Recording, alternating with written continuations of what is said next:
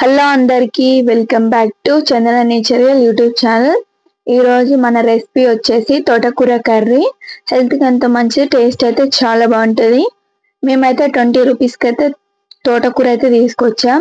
మనం ఈ విధంగా కట్ చేసుకున్నాక కొంచెం సాల్ట్ అయితే వేసుకొని ఒక 3 టైమ్స్ అయితే బాగా వాష్ చేసుకోవాలి. తోటకూర అనేది ఈ విధంగా అయితే మనం 3 టైమ్స్ అయితే బాగా వాష్ చేసుకోవాలి. ఇంకా నెక్స్ట్ అయితే మనం టమాటాలు అయితే ఈ విధంగా కట్ చేసుకోవాలి.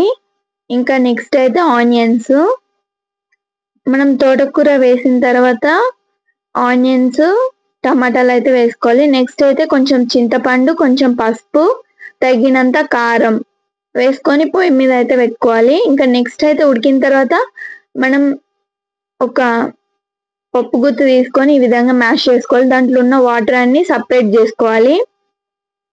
ఇప్పుడైతే మనం ఈ విధంగా మ్యాష్ చేసుకోవాలి. చాలా బాగుంటుంది రెసిపీ, తప్పకుండా ట్రై చేయండి. ఇంకా నెక్స్ట్ అయితే మనం కొంచెం రాళ్ళుప్పు అయితే వేసుకొని ఈ విధంగా అయితే రుబ్బుకోవాలి. ఇంకా నెక్స్ట్ అయితే ఒక ప్యాన్ పెట్టుకొని ఒక 3 స్పూన్స్ ఆయిల్ అయితే వేసుకొని మనం పోపు దినుసులు అయితే వేసుకోవాలి. నెక్స్ట్ అయితే చిన్నులపాయలు దంచుకోవాలి. తర్వాత ఆనియన్స్, పచ్చిమిర్చి, ఎండుమిర్చి వేసుకొని ఈ విధంగా అయితే ఫ్రై చేసుకోవాలి. ఇప్పుడైతే మనం కొంచెం కళ్యామాకు అయితే వేసుకోవాలి. ఈ విధంగా అయితే మనం ఫ్రై చేసుకోవాలి. ఇప్పుడైతే మనం ఈ పోపు అంతా ఈ కర్రీలో అయితే వేసుకోవాలి.